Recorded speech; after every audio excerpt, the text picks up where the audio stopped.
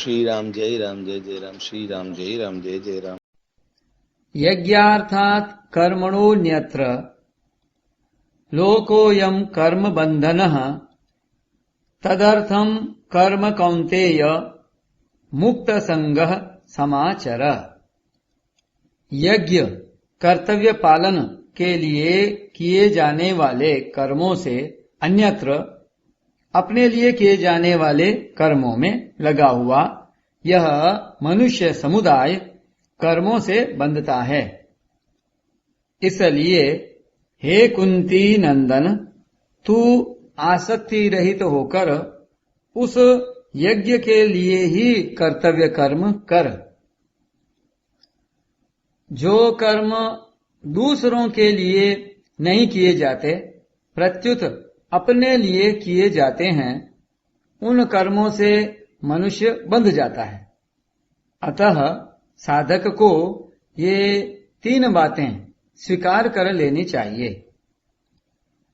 शरीर सहित कुछ भी मेरा नहीं है, मुझे कुछ भी नहीं चाहिए और मुझे अपने लिए कुछ भी नहीं करना है।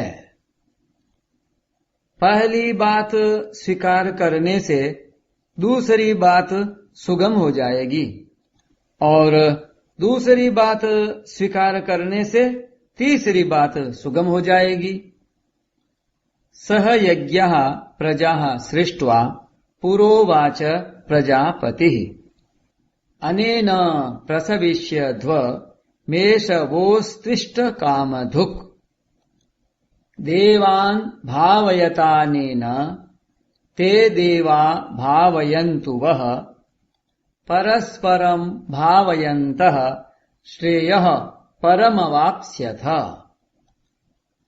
प्रजापति ब्रह्मा जी ने सृष्टि के आदि काल में कर्तव्य कर्मों के विधान सहित प्रजा मनुष्य आदि की रचना करके उनसे प्रधानतया मनुष्यों से कहा कि तुम लोग इस कर्तव्य के द्वारा सबकी वृद्धि करो और यह कर्तव्य कर्म रूप यज्ञ तुम लोगों को कर्तव्य पालन की आवश्यक सामग्री प्रदान करने वाला हो।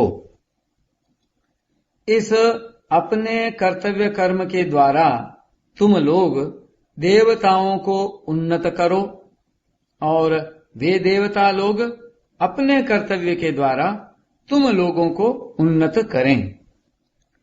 इस प्रकार एक दूसरे को उन्नत करते हुए तुम लोग परम कल्याण को प्राप्त हो जाओगे।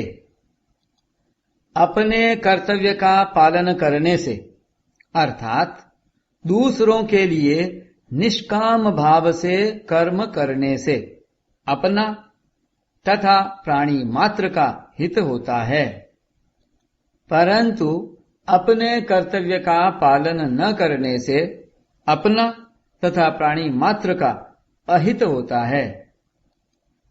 कारण कि शरीरों की दृष्टि से तथा आत्मा की दृष्टि से भी मात्र प्राणी एक हैं, अलग अलग नहीं। मनुष्य शरीर केवल कल्याण प्राप्ति के लिए ही मिला है, अतः अपना कल्याण करने के लिए कोई नया काम करना आवश्यक नहीं है। प्रत्युत जो काम करते हैं उसे ही फलेच्छा और आसक्ति का त्याग करके दूसरों के हित के लिए करने से हमारा कल्याण हो जाएगा। इष्टान भोगान ही वो देवा दास्यन्ते यज्ञ भाविताः तैर्दत्ता न प्रदायैभ्यो यो भुंक्ते स्तेन एव सः। यज्ञ से पुष्ट हुए देवता भी तुम लोगों को बिना मांगे ही कर्तव्य पालन की आवश्यक सामग्री देते रहेंगे। इस प्रकार उन देवताओं की दी हुई सामग्री को दूसरों की सेवा में लगाए बिना जो मनुष्य स्वयं ही उसका उपभोग करता है वह चोर ही है। शरीर 5 भौतिक सृष्टि मात्र का एक क्षुद्रतम अंश है। अतः स्थूल, सूक्ष्म तथा कारण तीनों शरीर संसार के तथा संसार के लिए ही हैं। शरीर स्वयं स्वरूप के किंचन मात्र भी काम नहीं आता, प्रत्युत शरीर का सदुपयोग ही स्वयं के काम आता है। शरीर का सदुपयोग है उसे दूसरों की सेवा में लगाना, संसार की सेवा में समर्पित कर देना। जो मनुष्य मिली हुई सामग्री का भाग दूसरों अभावग्रस्तों को दिए बिना अकेले ही उसका उपभोग करता है वह चोर ही है। उसे वही दंड मिलना चाहिए जो चोर को मिलता है। यज्ञ शिष्टाशिनः संतो मुच्यन्ते सर्व किल विषयैः भुंजते ते त्वघं पापा ये पचन्त्यात्म कारणात्। यज्ञ शेष योग का अनुभव करने वाले श्रेष्ठ मनुष्य संपूर्ण पापों से मुक्त हो जाते हैं, परंतु जो केवल अपने लिए ही पकाते अर्थात सब कर्म करते हैं वे पापी लोग तो पाप का ही भक्षण करते हैं।